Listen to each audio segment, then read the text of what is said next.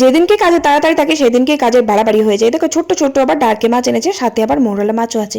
এই মাছগুলো বাঁচতে কত সময় লাগবে বলো তো। মোরলা মাছগুলো বেশ খুব সুন্দর বাঁচা যাচ্ছে, কিন্তু ডার্কে মাছগুলোর পেটে এক পেট করে ডিম।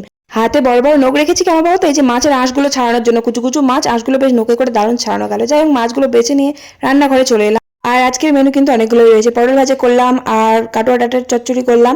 আর এই যে দেখো, মাছের ডিম থাকলেই দুই রকম ভাবে ভাজতে হয়, একটা পেঁয়াজ ছাড়া আর একটা পেঁয়াজ দিয়ে। পেঁয়াজ ছাড়াটা আগে ভেজে নিলাম, তারপর পেঁয়াজ দিয়ে কয়েকটা ভাজা করলাম। আর আমার কর্তা তো মাছের বাটি চচ্চড়ি খেতে ভীষণ ভালোবাসে, তাই ওনার জন্য মাছের একটু বাটি চচ্চড়ি করে দিলাম। ওই ছোট ছোট চুনো মাছ দিয়ে আর একটু মাছের ডিম, কাঁচা লঙ্কা, পেঁয়াজ আর একটু আলু দিয়ে।